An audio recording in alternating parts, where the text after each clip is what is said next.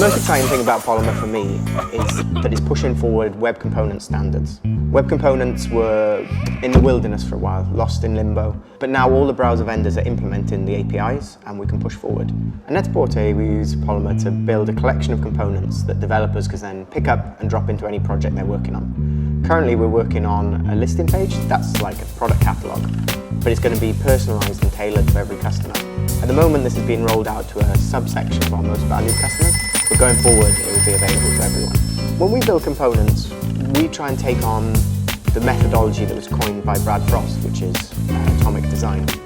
So we break everything down into its most granular level and then build up from there. But we make sure our components are shareable and reusable.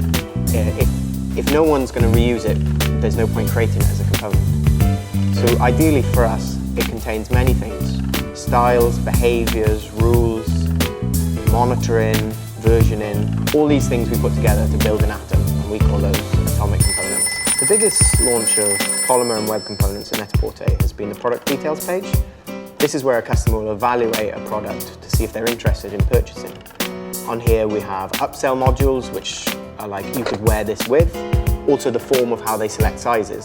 But I suppose the single biggest component would be the add to bag, which we need to drive revenue, so if we had problems with that, we wouldn't make any money. We're using Polymer to solve workflow challenges by having a standard catalogue of elements that are available. We use the Polymer standards for self-documentation and their own components for demoing. This means a developer can just come along, see what components they can use, how to use them, and how to implement them. This has been a huge win for us. So for me, I'm most excited about the progressive web app movement.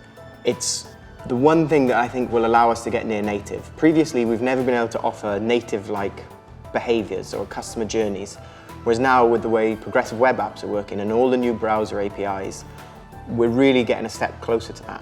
So we have all these exciting challenges of how we build these new applications, but also how we test them. And for me, I think that it's the best time there's ever been to be a web developer.